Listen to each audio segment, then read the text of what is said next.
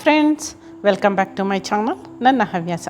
Friends, ಇವತ್ತಿನ ಈ ವಿಡಿಯೋದಲ್ಲಿ ನಾನು ನಿಮಗೆ ಒಂದು ಸಿಂಪಲ್ ಆಗಿರೋವಂಥ ಒಂದು ಬ್ರೈಡಲ್ ಡಿಸೈನ್ನ ತೋರಿಸ್ಕೊಡ್ತೀನಿ. ಈಸಿಯಾಗಿ ಹಾಕ್ಬೋದು.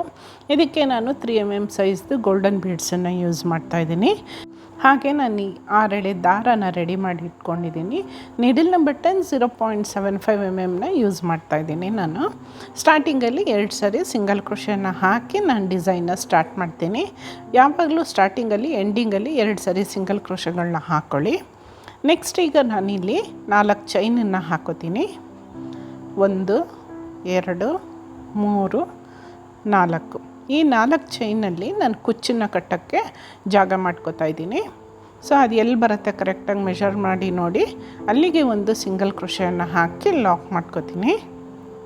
ಫ್ರೆಂಡ್ಸ್, ಆದಷ್ಟು ಈಚ್ ಆ್ಯಂಡ್ ಎವ್ರಿ ಟೈಮು ನೀವು ಮೆಷರ್ ಮಾಡಿ ಲಾಕ್ ಮಾಡ್ಕೊಳ್ಳಿ. ಡಿಸೈನ್ ತುಂಬ ನೀಟಾಗಿ ಬರುತ್ತೆ ಅವಾಗ. ಈಗ ಅದ್ರ ಪಕ್ಕದಲ್ಲೇ ಇನ್ನೂ ಒಂದು ಸಿಂಗಲ್ ಕ್ರೋಶೆಯನ್ನು ಹಾಕಿ ವರ್ಕ್ ಮಾಡ್ಕೋತಾ ಇದ್ದೀನಿ.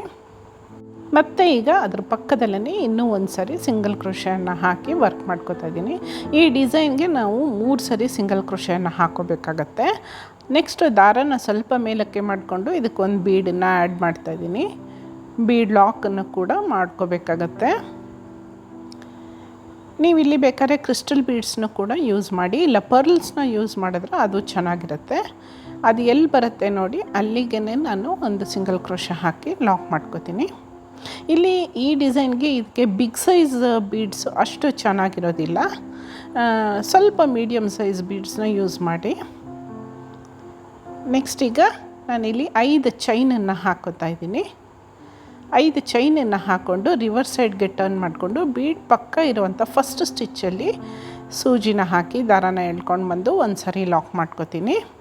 ಈಗ ಅದ್ರ ಪಕ್ಕ ಇರೋವಂಥ ಚೈನಲ್ಲೂ ಕೂಡ ಇನ್ನೊಂದು ಸರಿ ಸಿಂಗಲ್ ಕ್ರೋಶೆಯನ್ನು ಹಾಕೋತಾ ಇದ್ದೀನಿ. 2 ಸರಿ ಹಾಕ್ಕೋಬೇಕಾಗತ್ತೆ ಸಿಂಗಲ್ ಕ್ರೋಶೆ ರಿವರ್ಸ್ ಸೈಡಲ್ಲಿ. ಮತ್ತು ಫ್ರಂಟ್ ಸೈಡ್ಗೆ ಟರ್ನ್ ಮಾಡಿಕೊಂಡು ಈಗ ಬೀಡ್ ಮೇಲೆ ನಾವು ಏನು 5 ಚೈನ್ ಹಾಕಿದ್ದೀವಿ ಅದಕ್ಕೆ ಸಿಂಗಲ್ ಕ್ರೋಶೆಗಳನ್ನ ವರ್ಕ್ ಮಾಡ್ತಾ ಹೋಗಬೇಕಾಗತ್ತೆ.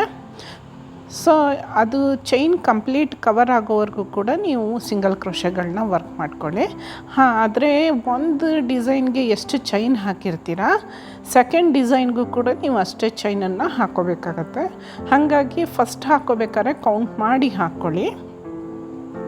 ನಾನಿಲ್ಲಿ 7 ಸಿಂಗಲ್ ಕ್ರೋಶೆಗಳನ್ನ ಹಾಕ್ಕೊಂಡಿದ್ದೀನಿ. ಈ ಥರ ಸಿಂಗಲ್ ಕ್ರೋಶೆ ಹಾಕ್ಕೊಂಡ್ಮೇಲೆ ನೋಡಿ, ಎಂಡಲ್ಲಿ ಚೈನ್ ಗ್ಯಾಪ್ ಕಾಣಿಸ್ಬಾರ್ದು. ಆ ಥರ ಕಂಪ್ಲೀಟಾಗಿ ಹಾಕ್ಕೊಂಡ್ರೆ ಡಿಸೈನ್ ಈ ಥರ ತುಂಬ ಚೆನ್ನಾಗಿ ಆರ್ಚ್ ಬರುತ್ತೆ. ನೆಕ್ಸ್ಟ್ ಈಗ ಅದ್ರ ಪಕ್ಕದಲ್ಲೇ ಒಂದು ಸಿಂಗಲ್ ಕ್ರೋಶೆಯನ್ನು ಹಾಕಿ ವರ್ಕ್ ಮಾಡ್ಕೋತಾ ಇದ್ದೀನಿ. ಈಗ ಅದ್ರ ಪಕ್ಕದಲ್ಲೂ ಕೂಡ ಈ ಡಿಸೈನ್ಗೆ ಇನ್ನೂ ಒಂದು ಸಾರಿ ಸಿಂಗಲ್ ಕ್ರೋಶೆಗಳನ್ನ ಹಾಕ್ಕೋಬೇಕಾಗತ್ತೆ. ಇದು ಬ್ರೈಡಲ್ ಡಿಸೈನು. ಸೊ ಎಲಿಗೆಂಟಾಗಿ ಕಾಣಿಸುತ್ತೆ ಸ್ಯಾರಿಗೆ. ದಾರನ ಮೇಲಕ್ಕೆ ಮಾಡಿಕೊಂಡು ಈಗ ಸೆಕೆಂಡ್ ಬೀಡನ್ನು ಇದಕ್ಕೆ ಆ್ಯಡ್ ಮಾಡ್ಕೋತಾ ಇದ್ದೀನಿ. ಬೀಡ್ ಲಾಕನ್ನು ಕೂಡ ಮಾಡ್ಕೋಬೇಕಾಗತ್ತೆ.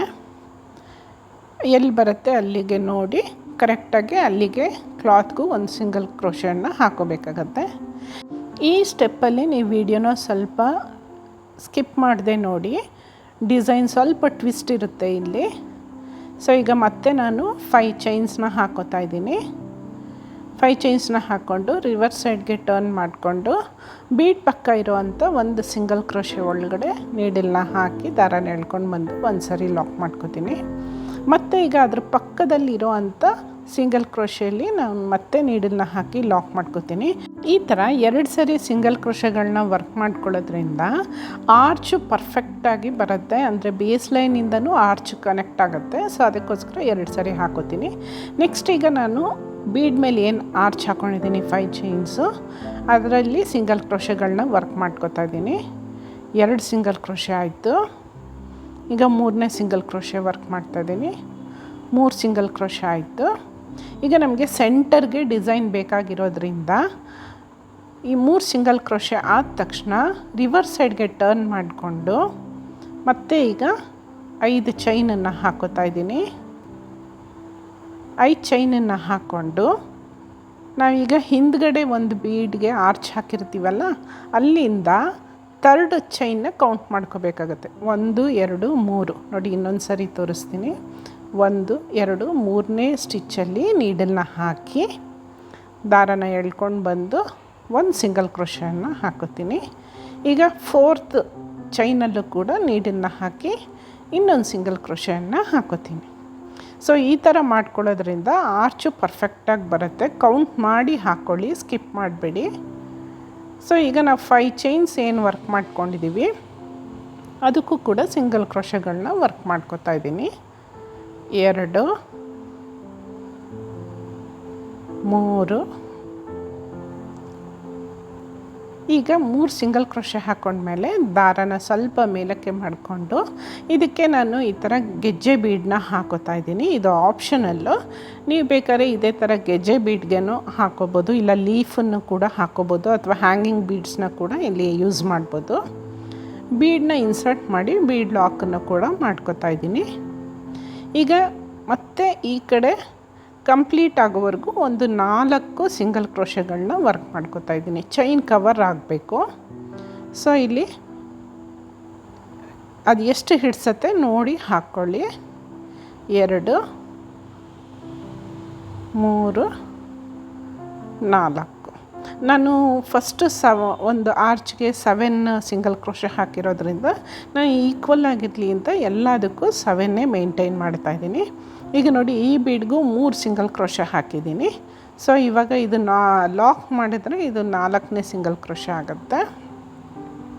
ಇದಾದಮೇಲೆ ಅದು ಚೈನ್ ಕವರ್ ಆಗೋವರೆಗೂ ಇನ್ನು 3 ಸಿಂಗಲ್ ಕ್ರೋಶೆ, ಟೋಟಲಿ 7 ಸಿಂಗಲ್ ಕ್ರೋಶೆಗಳನ್ನ ನಾನು ಇಲ್ಲಿ ವರ್ಕ್ ಮಾಡ್ಕೊತಾ ಇದ್ದೀನಿ.